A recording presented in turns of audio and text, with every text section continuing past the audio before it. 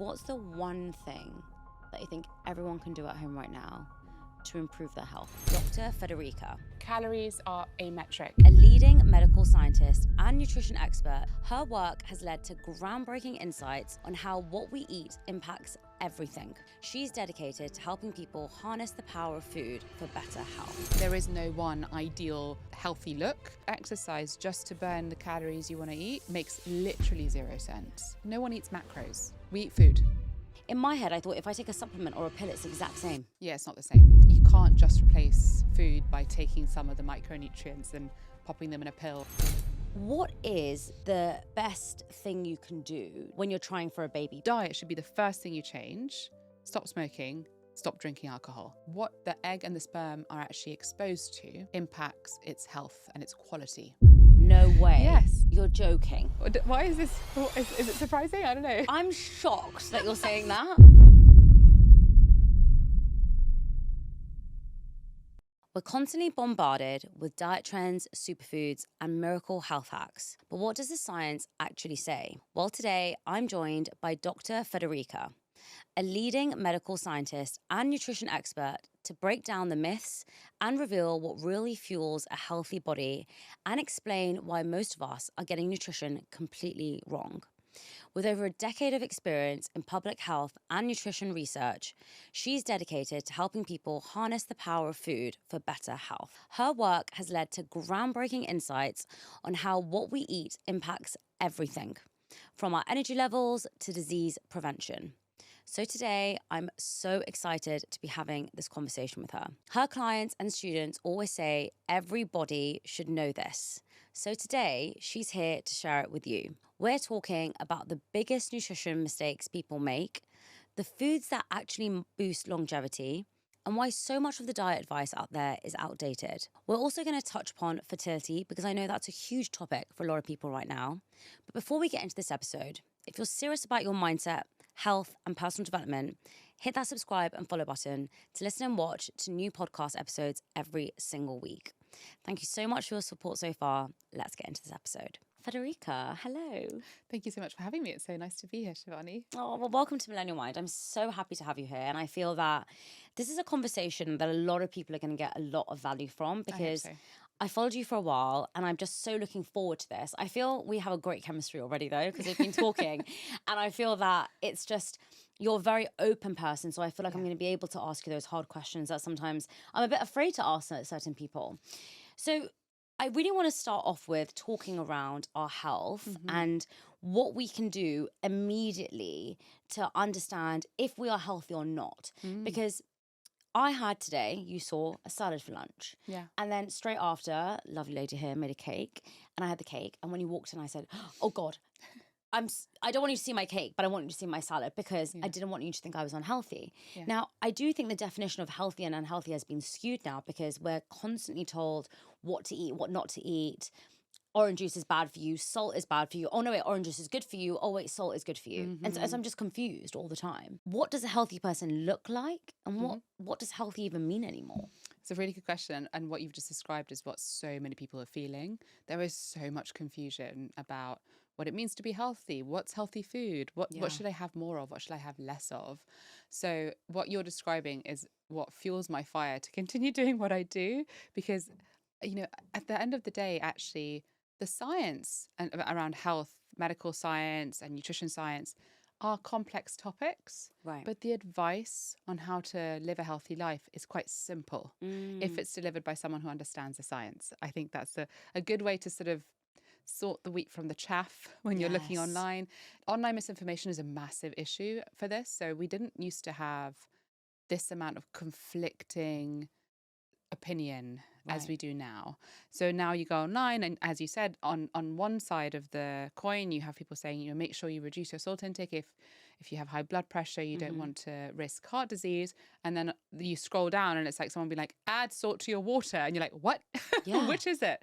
So I get the confusion.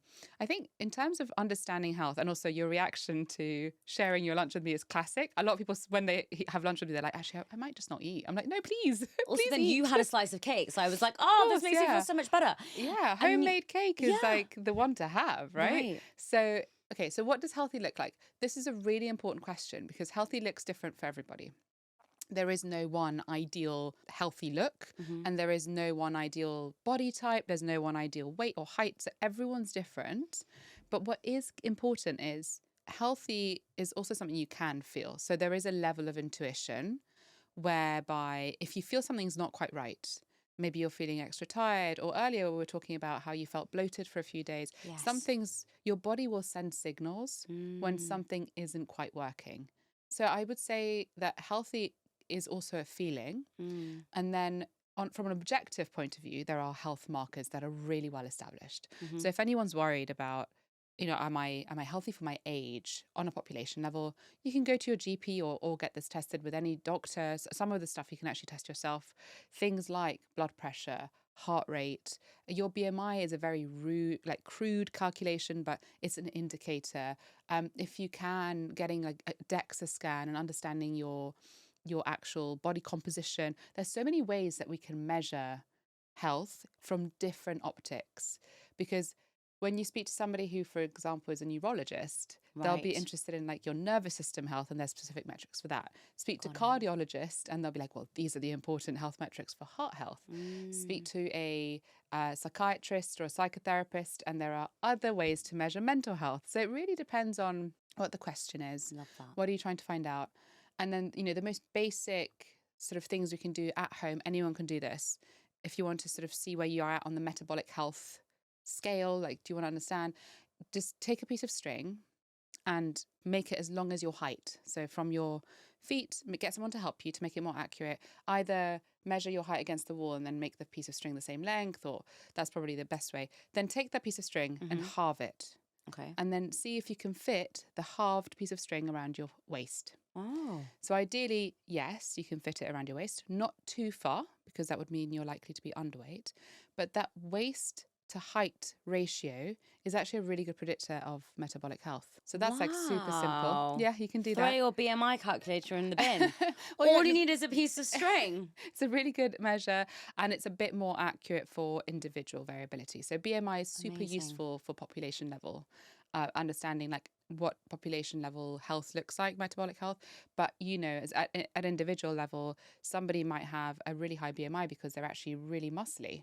Yes. So the waist to height ratio removes that uncertainty, because your waist circumference is a really good measure of how much visceral fat you have accumulated. So how much of that fat that is around and inside your internal organs that is not healthy for us is accumulated. Wow. So it's really simple. Try that. It's amazing. Yeah, that's a good one. And then I think it's really useful for everyone, especially over the age of, it depends actually, for men who have an earlier heart disease risk from the age of 30, 35, and for women 35 to 40, really good idea to know what your heart rate looks like, your beats per minute, your blood pressure. Make sure that it's within healthy range. Mine's very low. Good. Yeah. Is that good? Yeah. So yeah, unless it's causing you like problems like dizzy spells, but having a healthy blood pressure is really important. Blood pressure remains the leading risk factor for cardiovascular disease, which remains the number one killer. So really, if looking after your heart health should be the top of everyone's list. Cardiovascular disease is the number one killer? Yes, yeah. Over cancer? Yeah. And a lot of more people die from heart disease than they do from cancer. I didn't know that. Yeah. So it's important to have a good handle on like your heart health. How do I have a good handle on my heart health? So know your blood pressure, know your heart rate. HRV is a more novel metric of heart health, which is becoming quite well accepted though amongst cardiologists as a good measure. If you want to look after your heart, there's lots of things you can do. So exercise is critical, really, using that muscle and moving your body, helping your blood vessels when you exercise, your blood pressure goes up. And actually, you kind of flush out your vascular system. It helps blood flow to all of your tissues. It's great. So exercise is very important. Strength training is actually a really important way to maintain your heart health as well. In terms of diet, there's very clear what supports your heart health. So we want to make sure that you have a diet that's really, really rich in fibre, lots of plants. And there's really a few reasons for that. So plants offer fibre, which 90% of us are deficient in. So the average UK adult gets about 18 grams of fibre per day, which is actually the recommended amount for a 4-year-old. Wow. So we're all really struggling to get to the recommended minimum is 30 grams a day. And people really struggle to get there. So as I said, average is 18 grams. But fibre is incredibly important for lots of things. But for heart health specifically, what it does is as it travels down through your gut, your liver is actually putting cholesterol into your gut to get rid of it. It's like, okay, here you go, let's get this out. And as fibre passes through, it captures the cholesterol. And so if you have enough fibre in your diet, you'll capture it all and it'll all be flushed down the loo. But if you don't have a high fibre diet, if you don't have enough fibre, some of that cholesterol will then just go back into circulation because it hangs around in your gut longer and is easier to reabsorb. So to lower your cholesterol levels, which is a bit like when you think about blood pressure being a risk factor, having high cholesterol levels is another very strong, very clear. Again, there's some debate about this online. The evidence couldn't be more obvious that high LDL, especially cholesterol, is dangerous for heart health. So it's a risk factor, direct risk factor. If you want to avoid that and you want to avoid that creeping up, making sure you eat enough fibre is super important. Wow. And then the other things it offers is these bioactive compounds in the plants. So what makes fruits and veg colourful and fragrant, things like polyphenols, carotenoids, lots of different bioactives, they directly impact your blood vessel function. So how flexible your blood vessels are, how well they respond to increases in blood pressure, keeping them nice and smooth and healthy. So there's different mechanisms by which plants directly support heart health. Wow. And then we also know that the quality of the fats that you eat is really important. Having fat in your diet is not a problem. Okay. But where the fats come from is important. So when we think about good quality fats, we're thinking extra virgin olive oil, we're thinking seed oils that are actually heart protective, we're thinking avocados, we're thinking nuts, we're thinking seeds and omega-3 fatty acids, which can come from fatty fish. Go for the smaller ones, like the anchovies, the sardines, because they're more sustainable and also they have less bioaccumulation of things like mercury. What if I'm vegetarian? How do I get those things in my diet? So you can get them from chia seeds, you can get it from flaxseed, you can get it from walnuts, and seaweed, which is where the fish get it from. Okay. Okay. So I just go direct to the source. You can go direct to the source if you want to, yeah. Excellent. So seaweed, like sprinkling nori on your dishes or snacking on seaweed, including seaweed in your diet is a good way to do this as well. And then if you're really struggling to get it from food, then you can supplement, but it's important to note that supplementing does not have the same impact on health outcomes as getting it from food. So it's better than it's better than nothing, but yeah, which is the same across all supplements.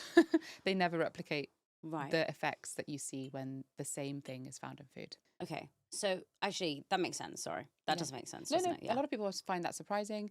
There are RCTs, randomized controlled trials, where scientists have tried to recreate the impact of, for example, a high fruit and veg diet by giving participants like really high concentration bioactives, be like, this is going to work, and it never it doesn't. It has a fractional impact compared to eating the food. And it's like, why is that? Well, food is really complex. There's hundreds of chemicals in food. Many of them we don't even know or haven't discovered.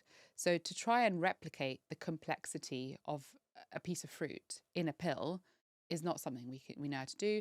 And also not only the actual content, but the structure of the food is important. Eating food and the food matrix it comes in is important to how we absorb it and how full it keeps us and how it impacts our gastrointestinal system. So you can't just replace food by taking some of the micronutrients and popping them in a pill or a shake or a powder. It doesn't work like that. This is really interesting actually because I'm vegetarian, I was just about to go after this Holland & Barrett to go get omega-3 supplements. However, I think now I will get those seaweed crisps and I'll eat those. Yeah, not the crisps, you know what I mean? The seaweed thins. Yeah. Because it's easier. Otherwise, because in my head I thought if I take a supplement or a pill, it's the exact same. Yeah, it's not the same. So listen, if you have no omega-3 in your diet, you can also get this tested with blood tests to see if you've got really low levels of omega-3. But supplementing is better than nothing. Okay. But if after this conversation you're like, actually, I'm going to make a chia pudding once a day and eat that. I'm going to bring a handful of walnuts with me and snack on those. Yeah. I'm going to integrate some flaxseed into my morning yogurt. Yeah. And I'm going to have some seaweed thins. Like, great, do that. And then if you want to supplement occasionally, just in case, you can. But going back to your question earlier, like, how do you know if you're healthy if you have enough omega-3s, for example? Right. It's like, well, how do you feel? You know, do you feel healthy? Do you feel like actually your body's telling you that it's pretty happy?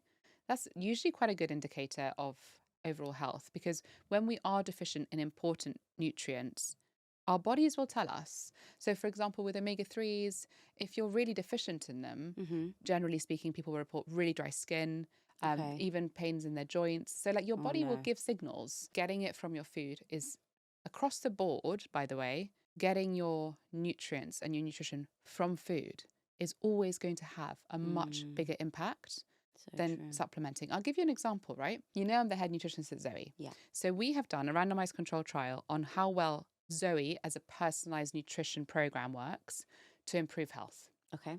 So this is like the kit, the testing, the personalized nutrition advice in the app.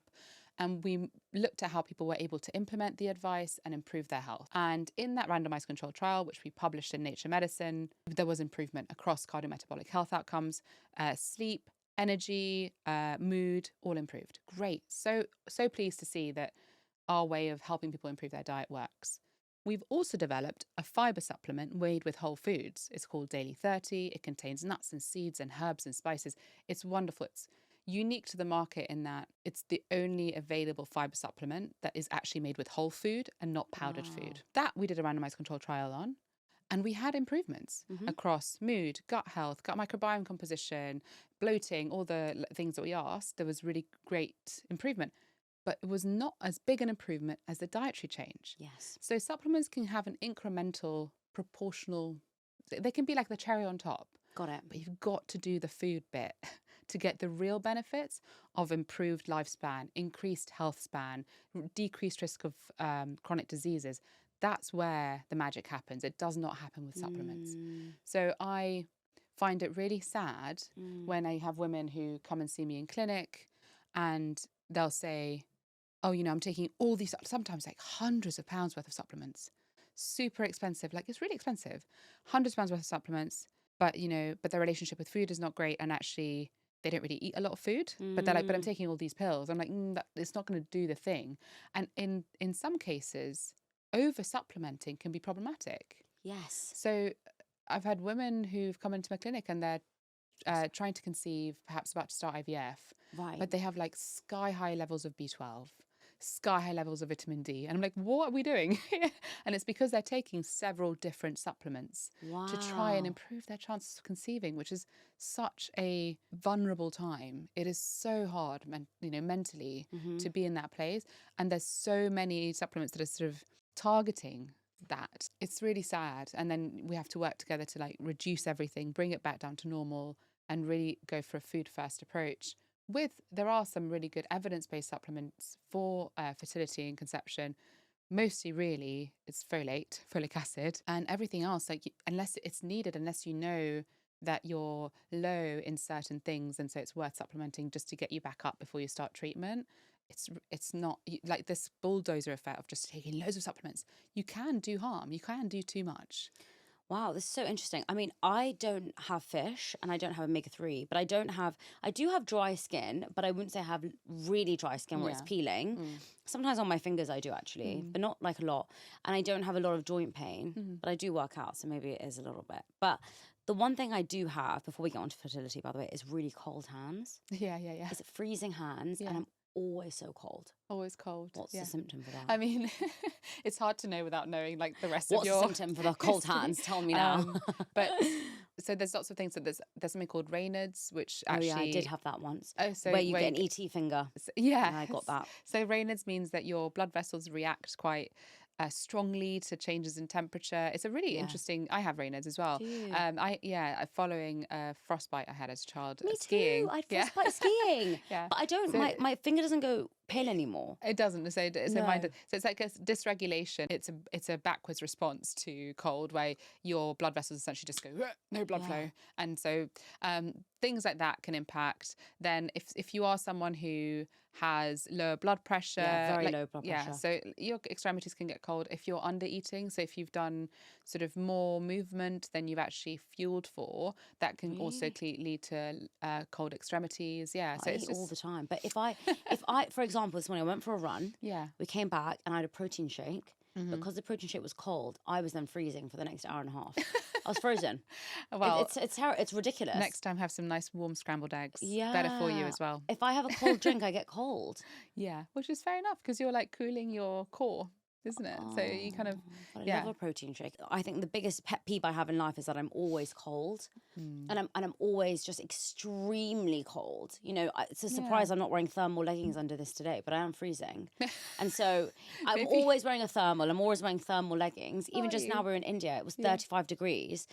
And we were sitting inside an AC, and I was like, I'm really sorry, we've got to leave. I have to sit outside. And the woman was like, are you okay? And I was like, I'm really cold. Oh, yeah. So you're sensitive to the cold. But I think it's the low blood pressure. It could be that. It's a combination of factors. Body temperature is regulated in the brain. There's specific regions of the brains that are involved in body temperature regulation. Okay. So you're just maybe made for warmer climes. I think so.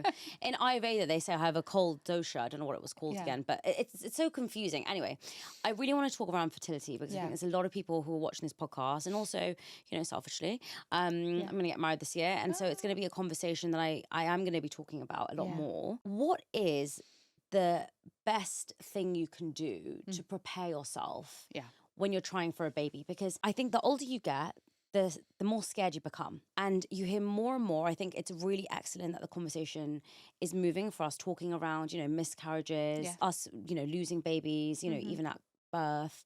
So I do think the conversation is moving a lot around that, but it's also scaring a lot of people because people are like, oh my God, I want to do the best. I want to live in the best environment. I want to eat the best foods. I don't want to be drinking. I don't want to be doing this or whatever it is. So if you're trying to have a baby, what should you be doing? So it's already amazing if you're trying to conceive and you're actually planning, because over half of pregnancies in the UK are unplanned. Wow. So just planning for it is great. You're already ahead because at least you can put things in place that can help to improve the picture, the overall picture. So when we think about fertility, there's the first thing that really is worth saying, and it might be obvious, but as women and men age, our fertility declines. It's men and women, okay, just to be super clear. It's just slightly different cutoff ages. So with women, you start to see a more rapid decline in fertility after the age of 30. In men, it's more after the age of 35. Great. But it's both. 31, woo! Woo! And you can look this up. There's plenty of sort of diagrams and graphs that show you where there are more rapid declines. I mean, I'm now what would be considered like a geriatric pregnancy if I were to get pregnant now, which is really great. Love that term. But it's important to know that because then you can plan ahead. So what I really love about the increase in conversation around fertility, and also the fact that women are now much better educated around the fact that our biological aging has not kept up with our modern lifestyles. Yes. And you have the option to freeze your eggs. You have the option to freeze embryos, which actually has a better success rate. And you have the option to become informed about these things and to make a decision ahead of time instead of being left to make the decision later when it's harder. So age is important. The other things that are important are lifestyle. So smoking, it feels like it might not need to be said, but over 10% of UK adults still smoke cigarettes. So really, if you're thinking of having a child, either partner, stop smoking. Yeah. It decreases fertility across the board. Wow. And if you get pregnant, the chances of the pregnancy being successful across the board. So just not worth it at all. Yeah. Alcohol is a teratogen. So it's a type of molecule that directly impacts the formation of the embryo, is really harmful. So alcohol is not your friend if you're trying to conceive. Now, many people listening to this podcast will say, oh my God, but I didn't know I was pregnant and I drank before I found out.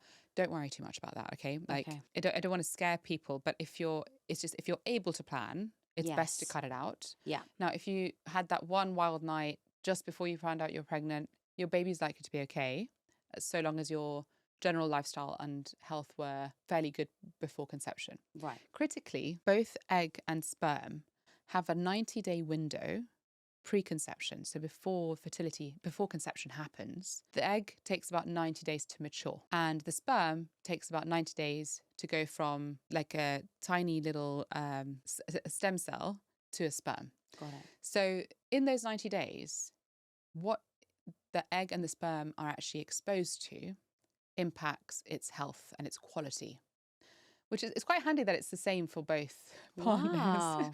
But essentially, if you're thinking about conceiving and you're in a couple, then and you're in a heterosexual couple, so you've got sort of the fathers there with you, both of you engage in this like 90 days pre-trying of doing all the things, right? Wow. And that will, again, really increase the quality of both and your chances of conception. So think about that as like an incubation period for the egg and the sperm, and like what you put in is going to impact the health. Wow. So 90 days, that's 3 months. Yeah. So for 90 days, you're saying both man and woman Yeah. should be what Doing should their they be best. So not smoking, not Right. drinking alcohol, exercising regularly, but there's a caveat for men here. Don't cycle. So, or don't cycle too No. long. Okay, you can cycle, but like Men, do not cycle if you want to get pregnant. but very, very long Wow. distance, very long cycling does cut off the circulation to the scrotum, and so that can impact fertility. Yeah. So like try not to cycle like loads and loads and loads and loads. It's very Yeah. long. For men as well, be very mindful of overheating.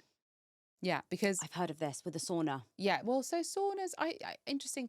Like, yeah, so I wouldn't do loads of saunas in Yeah. that 90 days, but I also laptops on laps, just sitting down for hours and hours on end in hot, tight clothing, all those things will decrease your sperm count. So just try and avoid that. Cotton briefs, stand up, move around, like which is also part of being healthy, Yes, to be fair, just right? normal life, So, yeah. but just try that, and super, super hot baths. Like try to avoid having like ridiculously hot baths, which my husband does actually. He's like really hot. I'm like, how do you get in that?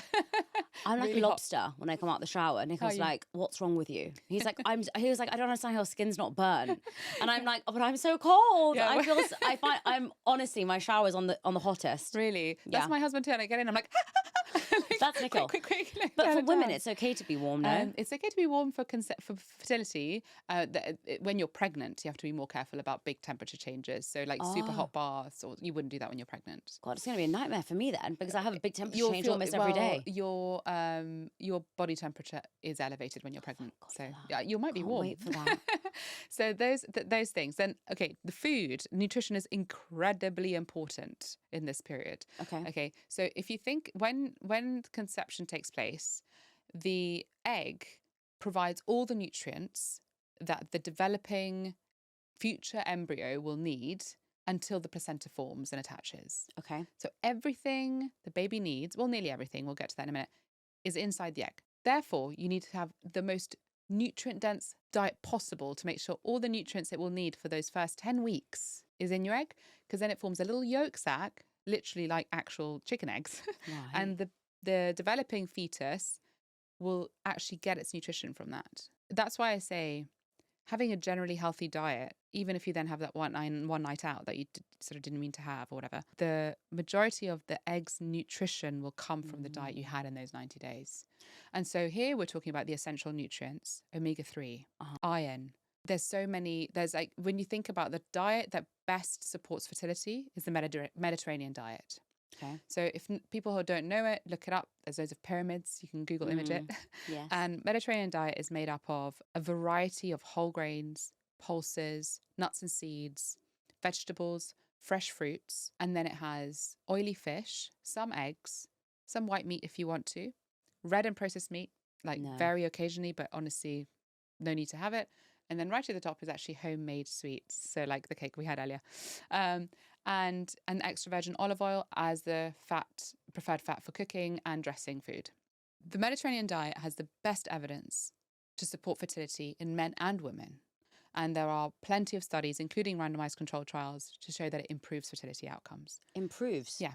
So it improves your chances of conceiving. So you're saying directly. That diet will improve your chance of having a baby? Yes. Even if you're 30 and your eggs are declining? Yes. No. Yes. Sign me up. Diet has a massive effect on fertility. Not just a minor. It's not just like plan B. It's like, if you want to improve your chances of conceiving, your diet should be the first thing you change. Stop smoking, stop drinking alcohol. If you do those three things, you have increased your chances of conceiving. Now, what's really sad is that this isn't it's not well communicated. Yeah, it's We not. don't have this education when we're at school, or even when we go to our GP or healthcare professionals. It's not their fault. Healthcare professionals, until recently, including doctors, have not had any nutrition education in the curriculum. So they don't have this as part of their repertoire for recommending things that their patients can do to improve their fertility. There are a few brilliant obstetricians who will do this, who will recommend this to their patients who come to them for fertility. But it's still in the minority. So it's really important for women to understand just the power that diet can have in improving your chances of conception, and men too. And it's really important that men and women realise that both of their nutritional status independently affects pregnancy outcomes. I'll be clear on this, because maternal nutrition is critical for children's health. Paternal nutrition, right, which only impacts the child's development preconception, because then once it's in the mum, it's up to mum, right? Yeah. But preconception, paternal nutritional status impacts the health of the placenta, okay, because placental formation in the mother is influenced by paternal genes from the sperm. So like the actual structure that will hold your baby.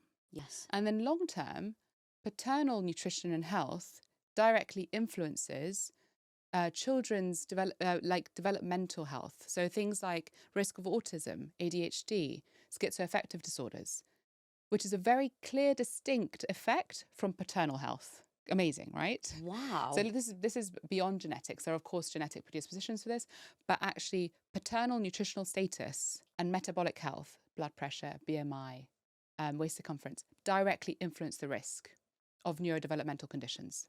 Maternal health, preconception, really impacts how likely the pregnancy is to make it past the 12-week mark, directly impacts the health of the pregnancy, and then during pregnancy, maternal health and diet directly impacts both offspring and mother's health.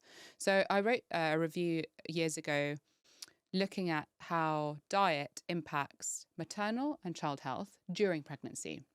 Even though there's so much that goes into preconception care, right, which is a topic that's really undiscussed, but we should do more on.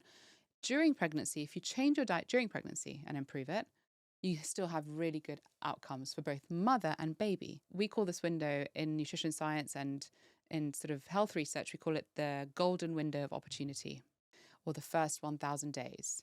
Because in this time frame, from conception to second birthday, you can impact not only child health, but maternal health too, and improve health outcomes for both. So in the review I did, I looked at Mediterranean diet as an intervention. And across the board, so across markers of health for brain health, cognitive health, mental health, metabolic health, there's lots of different groups of health outcomes. It improved it across the board for the baby and for maternal health. Reduction in risk of things like gestational diabetes, of hypertension in pregnancy, which is really dangerous. It can lead to having to deliver the baby early, for example. It helps with all of that. So it's never too late to make the change. Mm-hmm. So if, say, for example, you're already pregnant, right, and you're like, damn it, I missed my 90 days preconception window. If you make the change now, you will have a direct beneficial impact on your baby's health and your own health. Because guess what? Once the baby's born, we still have to look after it for quite a long time. Yeah. So it's really forever. for quite a long time. So it's really important that when we consider fertility and health, we've considered diet as like a pillar for that. The other one that we haven't touched on is stress. Stress has a really big impact on fertility. Oh, God. So it's really worth investing in a toolkit. I would say before you try to get pregnant, if you've had trauma, I'll use myself as an example. My dad passed away 2 weeks after I miscarried our first pregnancy. Oh, so it was a horrible time. Yeah, it was the worst of times. But I knew that before we tried to get pregnant again, I needed to have grief therapy for both my dad and the pregnancy I lost, right? And it's so important that we do that for ourselves, because if you carry trauma into the pregnancy. Yes. Now, there's lots of research on this. I haven't done any research on this, but Bessa van der Kolk has written a whole book, The Body Keeps the Score. And in that, he has a section on trauma in pregnancy. And there's lots of research. It's really interesting, actually. Yeah, it's really interesting. It actually creates epigenetic changes in the baby. So if you're someone, I mean, pretty much everyone has had some trauma, let's be honest. Everyone. So it's worth having therapy, and it's also worth finding tools that really help you to de-stress. So for some people, that might be painting, playing an instrument. It might be walking in nature. It might be journaling. It might be meditation. There are so many wonderful tools available that have been shown to reduce stress and to improve mental well-being. Find yours and practice it every day. If you're planning to conceive, that will really help. And it also will really help you to get you through your pregnancy, because pregnancy can be quite stressful. Yes. And there's lots going on hormonally and psychologically and mentally. You're sort of thinking, oh my gosh, I'm about to bring this, life into the world. So having these tools to hand before you're pregnant is so useful, so helpful. There's something that you said, and I want to ask you a really challenging question now. There's a lot of people who miscarry. And they blame themselves. Now, I want to be super clear about what we've just talked about. And I don't think what you're saying at all is blaming the individual. No. However, if you are somebody who, like me, likes to eat a lot of processed food, which I do, by the way, I actually would say, like, for example, today I had a salad for lunch, and I would say I have a salad every single day. And I by far eat my fruits and vegetables. Like, I love fruit and vegetables. Yeah. I'd probably, if I had a cook, and could afford to have like a dragon fruit and Sharon fruit and pineapple and mango every morning, I would just have fruit, and then I'd have like salad for dinner and then something else. But unfortunately, I get very tempted when I see nice food. So for example, when I'm on holiday, I love to overeat and I actually really enjoy it.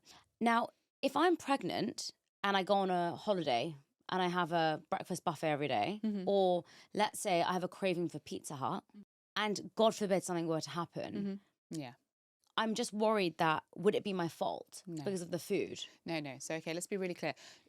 So miscarriage in the first 12 weeks is almost always, it's very hard to know exactly what the cause is, but it's almost always due to genetic causes. So something about the genes did not match, did not pair well, did not go well. So again, mother and father, both, something did not go well in that genetic mix.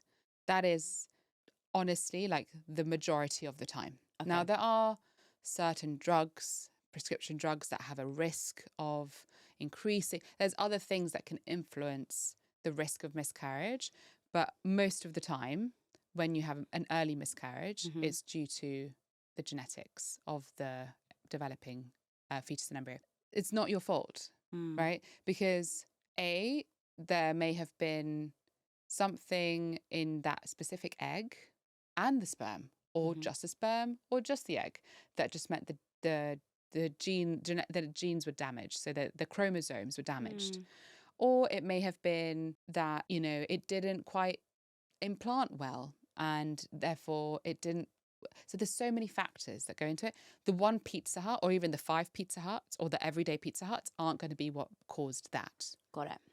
You can improve the chromosomal quality of your sperm and egg before conception by having a healthy lifestyle and diet pre-conception, but it doesn't completely take away the risk of there being some abnormalities, especially because we're having children later. Yes. And also because when you think about our eggs, right, we've had them from birth. We actually had them in our mother's womb. So they have been exposed to a variety of chemicals, foods, stresses throughout our entire lives, right? So you cannot control that or change it. And it's really not helpful to blame. Unfortunately, I did the same. I was like, what could I have done wrong? What did I do wrong? Like, what happened? But it's not something in our control, especially for those for any loss of a child, but for the early miscarriage, it's especially well known that it's a genetic chromosomal abnormality is the number one factor. So no, your Domino's is not going to, or Pizza Hut is not going to affect that. And as I said, like dietary patterns are about the overall pattern. They're not about individual foods. So if you're somebody who enjoys salads, fruits and vegetables every day, and that is the majority of your diet, even if you do have a processed food every day, it's going to be a minority Yes, it is. of the overall pattern. And it's a healthier approach to do that than to try and completely remove all processed foods from your diet, because the stress of that and also how hard it is to achieve in the current food environment means that it's not actually realistic. And then you get to the point where like the stress and the shame associated with eating these foods is more harmful than if you didn't have them in the diet at all. Makes sense. I think this is the thing though, isn't it? Is that we're so fear-mongered around food that when we do eat something ultra-processed, we feel really guilty about it. Yeah. And I do feel really guilty about it. I mean, I was telling you earlier when I was bloated in India, I love to eat. And I'm lucky that I have a fast metabolism and a kind of small frame right now. But I'm always worried, like, oh my God, is it going to creep up on me? Because I do eat, I would say, quite excessively compared to other people. However, as I also showed you today on my aura, I burn a lot of calories. And so I do think my body needs a lot of food. 100%. And everyone's body is different. So some people, like Nicola and I, me and my partner, we eat the exact same amount. And he's a very muscly man. People find that shocking that we eat the same amount. And also, I eat probably twice as fast as him. So you see those reels where people are like, the boyfriend eats like in 1 second. That's me. Every single day, I finish my dinner and he's still halfway through. But he is very mindful with his food. And I wish I was like that. Yeah. He eats it very slowly. Savors it. Is he Italian? No, he's Indian. He doesn't drink any water with his food. Whilst I'm like gulping down a kombucha. I used to have a Coke Zero, so there's an improvement there. But I'm like gulping down a kombucha, and then I eat my food so quickly, and then I'm like, oh God, I feel really bloated. And he's like, well, you would, wouldn't you? Because you're just so, like, you eat so quickly. Actually, eating quickly does increase the amount of air you swallow with your food. So it's a good idea to slow down. Eating rate is important. I just love the food so much. It's so delicious. I'm so excited to eat it. That's good. Although actually, eating rate is something that has been shown to impact bloating and also metabolic health, but listen, you're not an active woman. You eat when you're hungry. And you eat food you like. That is the best way to be. There is no right way. There is no such thing. Like overeating is this term where it's like, for who? Like compared to what? So there are different, every day is different. Some days I'm hungrier because I've been more active. Other days I'm less hungry. Then when I'm unwell, like my appetite disappears. Me too. Some people, if they're stressed, they find that food comforts them. Other people, when they're stressed, can't think of anything worse than eating. It's individual. We're all very unique people and every day is different. True. And we change throughout our life course. So, I think it's really important, especially for women, to not be scared of their bodies changing with time. If you're going to birth other humans, your body will change in ways that you can't reverse. So I'm talking about like your feet are going to widen with the weight of your pregnancy and they may not go back. Some women, including myself, go up a shoe size, right? God, I'm already a size 7. Don't worry, I was already an 8. Really? Yeah, 7 I'm and a only half, 5'5". Yeah, so but you've I'm got also a nice base. 6 or 7. I'm like, it's very confusing. So sometimes I'm a 7. Then your pelvis, the way that your hips are, they change with pregnancy. They do obviously go back after you give birth, but not exactly the same way. Your breasts will change. Everything changes. You have just created another person and then also birthed them. Actually. So I'm really keen that women, this whole thing about do you still fit in your jeans from when you're 18? Like, okay, what, who made that up?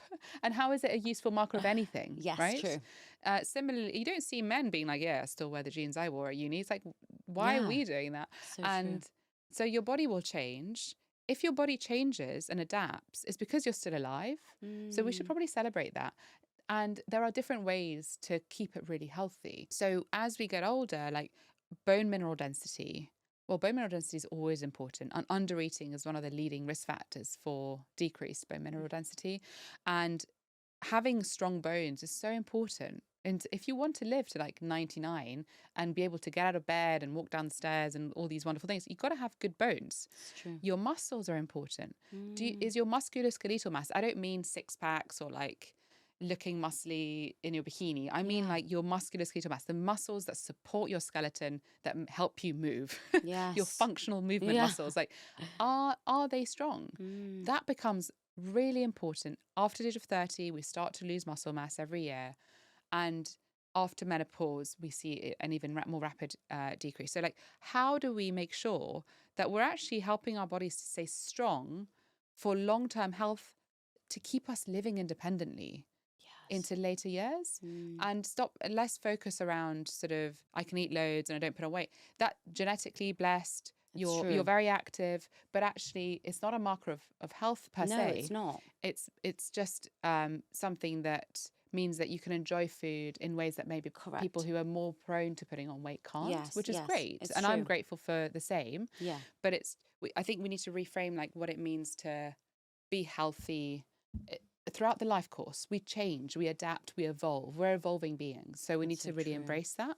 Before, when I used to go to the gym, because I was always growing up and I was always a little bit chubby, but I think it was just like puppy fat. Yeah. But when I used to go to the gym when I was younger, I used to always think, okay, if I go to the gym, that means I can eat that. Yeah. But now when I'm going to the gym, I'm like, it means I'll be able to do this in 30 years. And you know what's really interesting about that is that when you look at the contribution, so if you look at our metabolic rate, right? So you've got the base metabolic rate, which is the biggest wedge of sort of energy usage every day.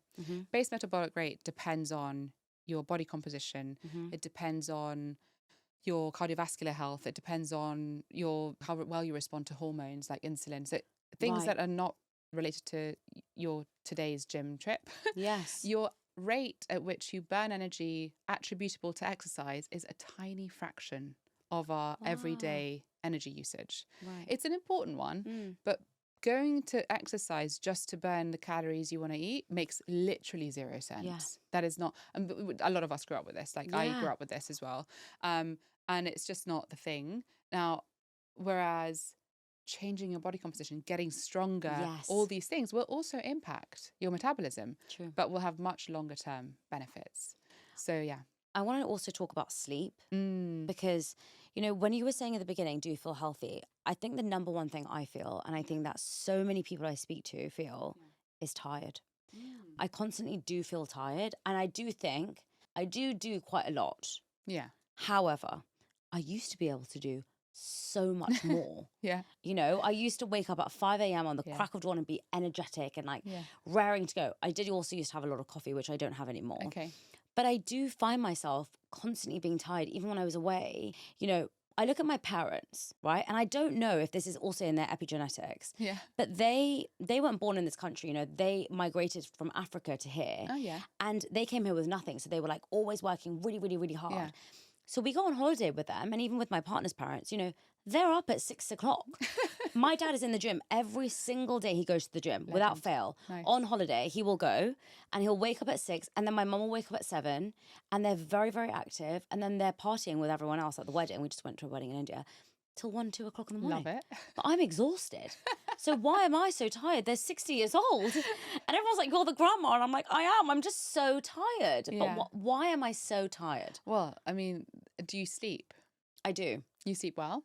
I sleep much better now than I used to. Okay. Yeah, so I'd say 7 to 8 hours now. Okay. Quite long. Having good sleep hygiene and having good quality sleep is obviously like the biggest predictor of how tired you're going to feel the next day. Yeah. And I used to sleep 5 hours. Yeah. So, like, well, I mean, the energy, I think it's true. Like the energy you have in your 20s is just slightly different. It's like I used to work a job where I'd be like in the office by 8 a.m. and then go straight to an event and then go to bed late and then be up the next day. Obviously, we become more sensitive as we age to changes in sleep patterns and energy levels. There's also lots of things affect our energy levels, right? So sleep is the first one. Our diet impacts our energy levels. So as I mentioned earlier, the randomized control trial we did with Zoe was literally one of the things that people kept telling us is, I have so much more energy. It's like, well, great. That's really cool. Let's measure that. That's really amazing. So diet has a massive impact. We know that having a diet that provides lots of nutrients. So lots of nutrient dense foods. Again, we're going back to the fruits and veggies, the nuts and the seeds and the whole grains and the pulses, helps to give your body everything it needs for optimal energy. And also having a happy, healthy gut helps to maintain good energy levels. Not forgetting that our gut microbiome actually also extracts additional energy from high fiber foods if we need it. So it's like this really lovely system where it provides even more from our food later down in the digestive process, which is cool. If you have high stress levels and perhaps your day is quite unpredictable, it can also impact your energy levels. So there is this, this knowledge and this awareness that circadian rhythms do help to balance the way that our energy and basically our day goes, right? Right. So our body likes predictability. Yes. You're like, oh no. It's because my aura is telling me I'm a late morning type. Okay. Yeah, but I don't like to wake up at 7 o'clock. Yeah. And I do think, if I'm completely honest, is when I wake up at 7 sometimes, I do have a lot more energy. And I sleep a bit later. But I like to wake up at 5 a.m. Oh, so you're making yourself wake up at 5? I'm forcing myself. Is that bad? So I think that there's good evidence to show that your energy levels are better if you wake up closer to your natural chronotype. So if you're someone who finds it super hard to wake up at 5 and you're forcing yourself, why are you doing that? Because it gives me a lot of discipline, and then I'm like, wow, you're just so great, and you woke up so early. But also before, when I had my corporate job, I had to wake up at that time because I needed the time from 5 till 9 or 5 to 8 to do the podcast. But you do it now, right? And I don't need it now. So the thing is like, so there's a few things that let's just bring it together. So you wake up in the morning, and your body, your biological clock, is exhausted, waits to be set by exposure to sunlight. Right. Exposure to natural light is the first signal our body takes as like a sign of, okay, it's daytime. That's why, opening your windows, trying to get sunlight. If it's winter time, investing in like a full spectrum light, like a Lumi light. I have that. Oh, so I love mine. Every morning. I'm obsessed with it in the winter. So, having that really helps to tell your body, okay, it's morning. If you travel, like, so I was recently in LA, and it's literally like, just open the windows and just look at the sky. Don't look directly at the sun because that's not great, but just get that light hitting the back of your eyes, okay? That then sends a signal to the circadian, like to the clock that's in your brain to be like, okay, it's daytime. Now, the next signal your body looks for is food. So another major organ for our circadian clock, is the liver. So what time you eat your breakfast has an incredibly important role in helping your body understand what time it is. No way. Yes. So waking up, light exposure, eating some breakfast. No. Is a really, yes. You're joking. Why is this, is it surprising? I don't know. I'm shocked that you're saying that. Why? Because I thought you wake up. Yeah. You see the light. I know that. We're on the same page there. Good. But then you exercise. Okay, this is... No. And then you intermittent fast. Oh, okay, let's go. Okay, no, you are a... We're debating here now. No, this is great. This is exactly what I need you to bring up. Okay. You are a premenopausal woman who might be trying to conceive soon, yes? Correct. The last thing you should be doing is delaying your breakfast. No, but I'm not hungry in the morning. Okay, it doesn't matter if you're not hungry. You don't have to have a massive breakfast. But your chronotype, so your biological clock wants you to eat when it's morning time. Okay. And critically, exercising before you eat impacts your body's ability to maintain good cortisol levels and good estrogen levals. No. Yes. So I've never eaten before I've worked out. Even if you're having, it doesn't have to be like, it can be like half a banana and 2 nuts. It does not have to be a big breakfast. Okay. I would encourage you to have some form of carbohydrate, so some sort of energy, and some form of protein. Got it. So maybe a little bit of yogurt with, like a sprinkling of seeds, or in some cases, people who really can't start, if it's like really early and you're going for a run and you really don't want food in your stomach, even having, like a coffee, which you can add some, like a little bit of milk to that has the sugars in, and then like some nuts. It doesn't have to be a big thing, but something that, because that will then go to your liver, and your liver will say, oh, there's carbohydrates. Oh, there's proteins. Okay, great. Let's go. And it also gives you enough fuel to make sure that your body doesn't increase cortisol response. So you already have in the morning cortisol is what gets you out of bed, right? So it's an important hormone. Gets you out of bed, raises your blood pressure. Otherwise, people who have, actually this actually happens, people who have low cortisol levels in the morning will sometimes get out of bed and they just fall to the floor because their blood pressure's too low. So like it's an important hormone to help you That's get happened out to me of. sometimes. Sometimes I'm like, whoa, I feel really dizzy. So you That wake happens up. a lot. Does it? Because you're forcing yourself to wake up way before your cortisol's even set off. You're like, get out of bed. Now, if you're interested in this, Dr. Stacey Sims, absolute legend. She's done loads of research on this specifically, and she goes into a lot of detail as to why physiologically premenopausal women should always eat something and then train. No way. Okay, send me her number. I must get her on the podcast. She's brilliant. And she would is love based in to. New Zealand, but she is honestly a world-leading expert and speaks beautifully to the topic. So what I would suggest is wake up closer to your chronological type. Okay. Because also, does that mean you're waking up at different times, weekends and weekdays? I am. So we did a piece of research at Zoe with Professor Sarah Berry, who's our chief scientist, where we looked at what's called social jet lag. So this is when people wake up like an hour and a half or so later on the weekends compared to weekdays. And that actually impacts your metabolism for the full week. So you don't want to vary that timing too much. It's better to have where possible, a wake up time that is closest to your chronological time that you would wake up. Now, people have shift work, they have young children like me, which means that they don't have a choice. But if you can get it closer to a natural wake up time for you and keep it consistent throughout the week, much better. Yeah. Then open your blinds, open your windows. Even if it's a grey sky, which it often is in London, you'll still get that light. It's really important. Then have something to eat, no matter how small. Have something and then work out. What about if I go for a walk? Should I eat something before that too? I would eat something within half an hour to an hour when you wake up. So maybe 6 o'clock is the time that I should wake up, and then on the weekends, if I wake up at 7, it's not too drastic. Not so bad, yeah. Because I do wake up at probably 7:30. Naturally, 7. right? No, on the weekends we still wake up at like 7:30. Is that with an alarm? With an alarm. Yeah. I'd be interested to find out what happens if you don't have an alarm. I reckon I'd wake up at around 6. Without an alarm? 6:30, yeah. 6:30. That sounds good. It's just right now we're waking up at 5 a.m. But also my partner Nick, he has calls with Australia. Sometimes his first call is at 5 a.m. So the Lumi goes off at 4:45 in the room. So he can do that in another room. We only have one bedroom. Yeah. He can. Great start to our marriage. We're like the royals. We like sleep in different rooms. I have an eye mask. But I'm such a light sleeper as well, which is the problem. Yeah. But then I also, like, this is the other thing that I think is really interesting about our relationship, is that we're really competitive with each other. So if he wakes up at 4:45, I'm like, I want to wake up at 4:45. Yeah, you're the other day, and then if he sleeps in, I'm like, oh, it's okay if I sleep in. And the other day I was like, I think I'm going to start waking up at 4:30. And he was like, why? I was like, I don't know. I just saw it on the internet. I think I just want to like be really hardcore and wake up at 4:30. Yeah, don't do that. You're just disrupting your chronobiology. You're not cut. That's not what we're built for. We're built to be awake with the sun, go to sleep when it goes down. Pretty much like taking it really rudimentally, and you're best off having consistent wake up time, consistent sort of roughly within the hour wake up time, breakfast time, exercise. Then your body knows what to expect and can prepare. And then also make sure you're getting enough nourishing food throughout the day. So every meal time, every time you eat is an opportunity to nourish yourself. Whether that is having something that, so never take meal times too casually, because it's actually a really good opportunity to introduce something you need. Now, women who menstruate, right, 40% of us are low in iron.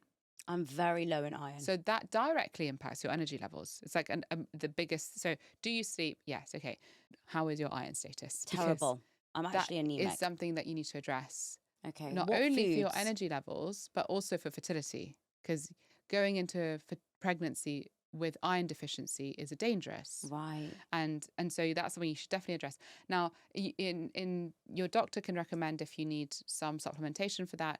Unfortunately, iron supplements are quite hard on the stomach. So they're digestive issues follow. So they're not something you would necessarily try to do long term, but it's worth doing to just get your levels back up. You'll feel instantly better. Really? I think I'm going to get the B12 liquid. and A lot of iron. people are telling me to get the liquid instead of the supplement, the tablet.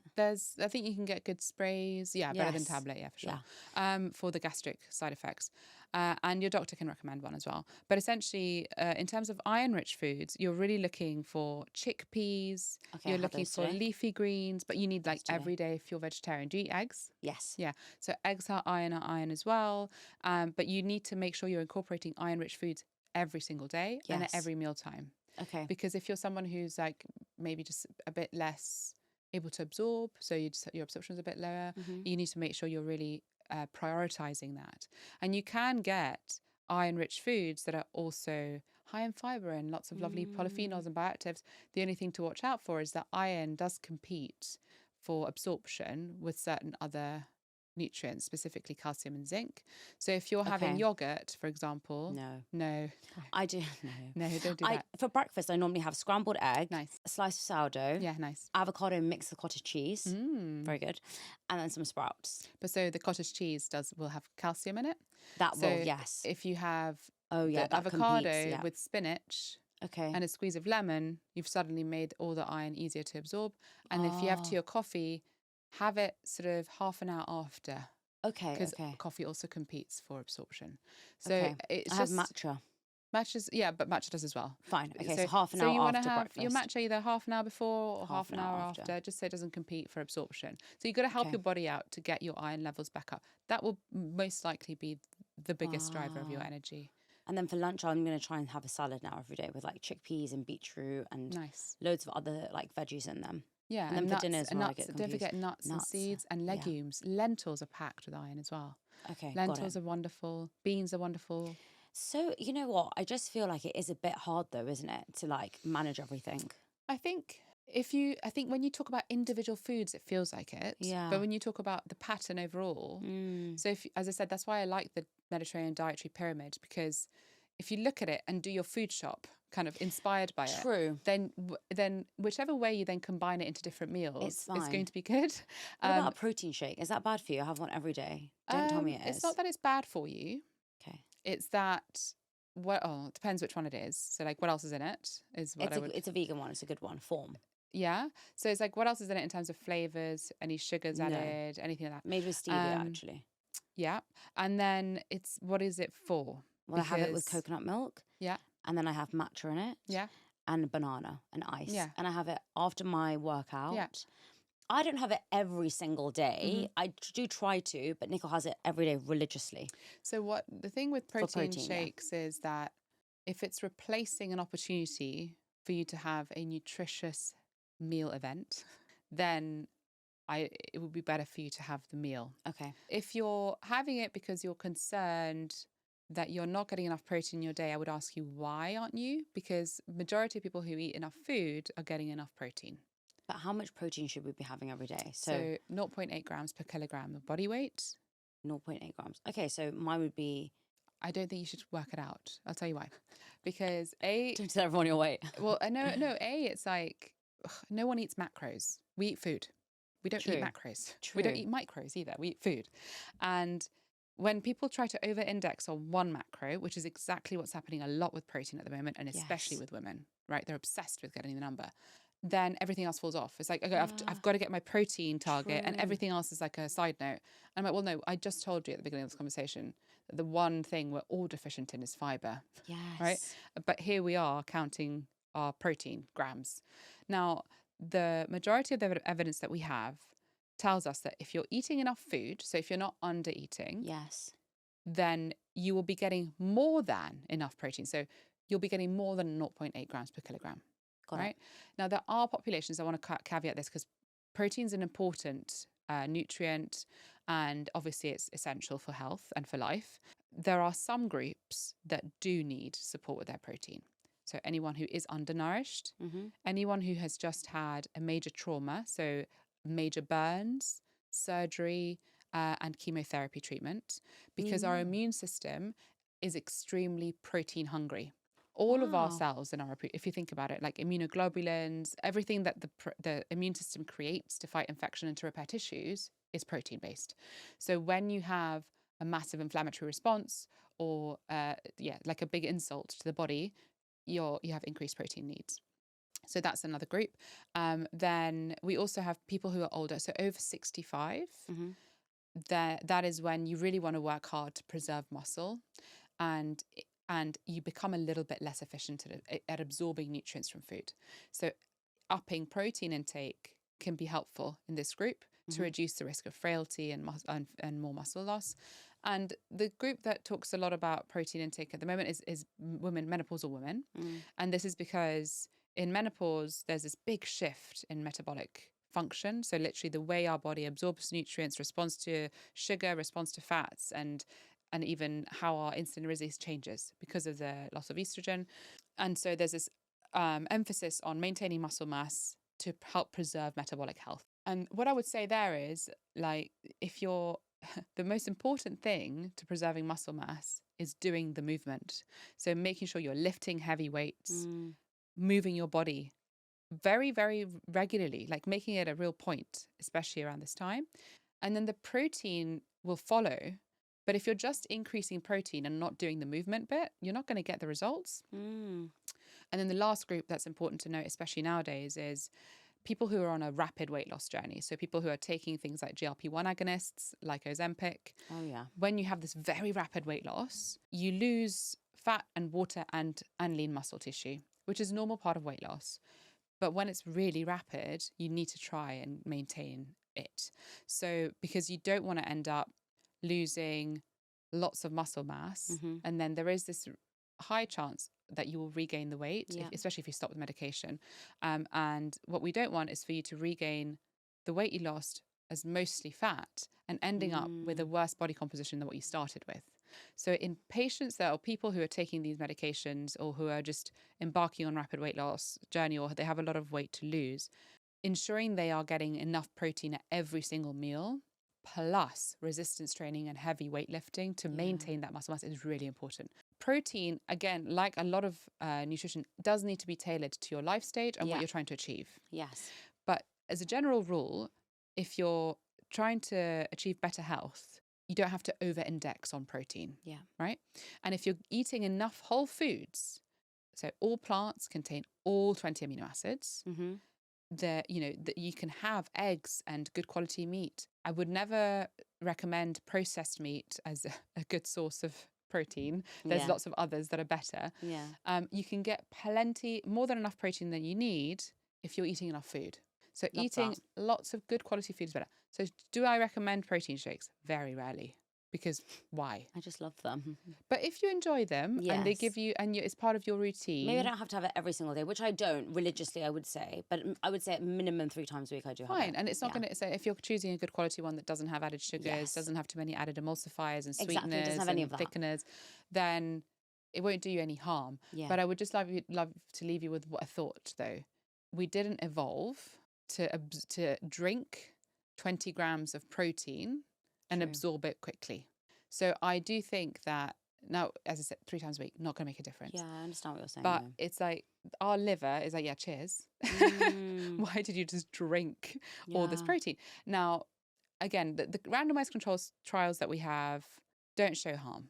So I'm not saying it's harmful. I just don't think it's the best way to get good quality protein. Before we close, I really want to ask you, what's the one thing that you think everyone can do at home right now to improve their health? So the one thing everyone can do at home right now to improve their health is to try and get what I would call the new 5 a day. Yes. Okay. So there are 5 key dietary factors that we're lacking on our plates and that are driving a majority of diet-related chronic deaths, heart disease, cancer, and metabolic conditions. So eat whole grains every day, whether that's a steel-cut oat or quinoa or bulgur wheat or barley or spelt, whichever one you like, eat that every day. Okay, so to integrate that, spelt pasta if you need to start there, but try and get the whole grain as opposed to product, Lentils, beans, pulses, introduce them every day, even if it's 1 spoonful to start with, because they are very high in fibre. So if you're not used to eating them and you go straight to like a 3-bean chili, there will be gas. Yes. So take it easy, but introduce them. Nuts and seeds, every day. Introduce them. If you're allergic to nuts, stick with the seeds, obviously. Don't need me to tell you that. Yeah. If you can swap all your snacks to nuts every day, you'll improve your cardiovascular health. Wow. Just that one thing. So introduce those every day. Omega-3 fatty acids, we've touched on that today. Making sure that you're getting them, whether it is walnuts and chia and flaxseed and seaweed, oily fish, introduce it. Have something every day. And the last one is fresh whole fruit. Yeah. You're already doing this. Eating fresh fruit is so important for our health. Yeah. It is one of the best ways to reduce heart disease risk. Really? And, you know, fresh fruit has been maligned because it contains sugar. And it's like, that is not the only thing it contains. It's has delicious. so much more to it. Yeah. Fiber, bioactive compounds. It's amazing for you. So fresh fruit every day, whatever that looks like. It could also be frozen berries. I love frozen berries. I love frozen berries. Just stick to like frozen or fresh over dried or tinned, because they tend to be tinned with syrup. But I do like freeze dried sometimes as a little sweet treat. Yeah, which is nice. As really a treat. But I love Whole Foods. And I have this like little grocery shop near me, and they always have like new exotic fruits in there. I like that.